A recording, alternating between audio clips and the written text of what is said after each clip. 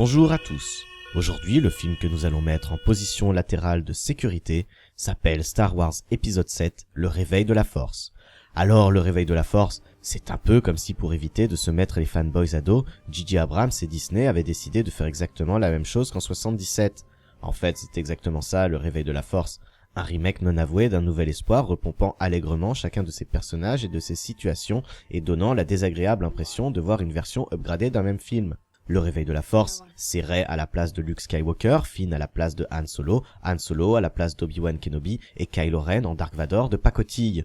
Le Réveil de la Force, c'est comme regarder un film avec un voisin qui te tape constamment sur l'épaule en te disant « mec, t'as vu, c'est bien, hein ?» C'est comme dans les vieux films. Parce que l'on aura beau se voiler la face en prétextant que le film s'appelle Star Wars et qu'il est normal que la nostalgie soit présente, cela ne justifiera jamais en rien ce décalque scénaristique putassier que nous imposent J.J. Abrams et Lawrence Kasdan.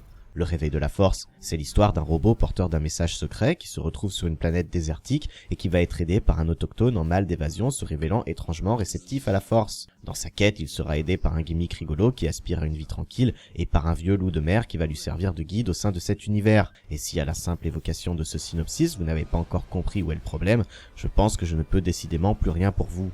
Alors effectivement, si vous êtes prêt à fermer les yeux sur la paresse scénaristique, sur le manque d'aspérité des personnages, sur l'humour mal dosé et sur le fanservice abrutissant, il se peut que vous preniez votre pied devant ce Réveil de la Force.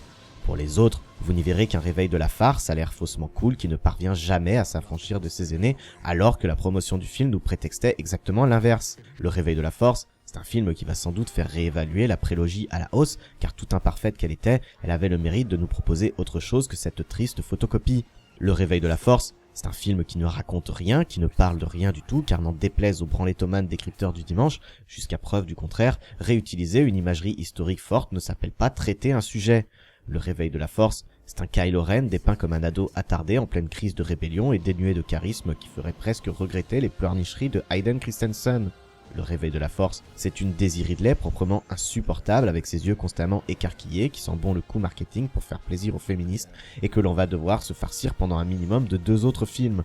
Enfin, Le Réveil de la Force, c'est la désagréable impression de ne pas avoir assisté à un film à part entière, mais à un pilote de série de luxe forçant le chaland à revenir 2 ans plus tard payer de nouveau sa place pour connaître la suite de l'histoire. Alors voilà, même si avec tous ses défauts, Le Réveil de la Force n'est pas foncièrement un mauvais film, il reste un pur produit de consommation de son époque, sans une once d'originalité et totalement quelconque. Et ça, quand on parle de Star Wars, ça veut dire qu'on s'est bien fait Mickey.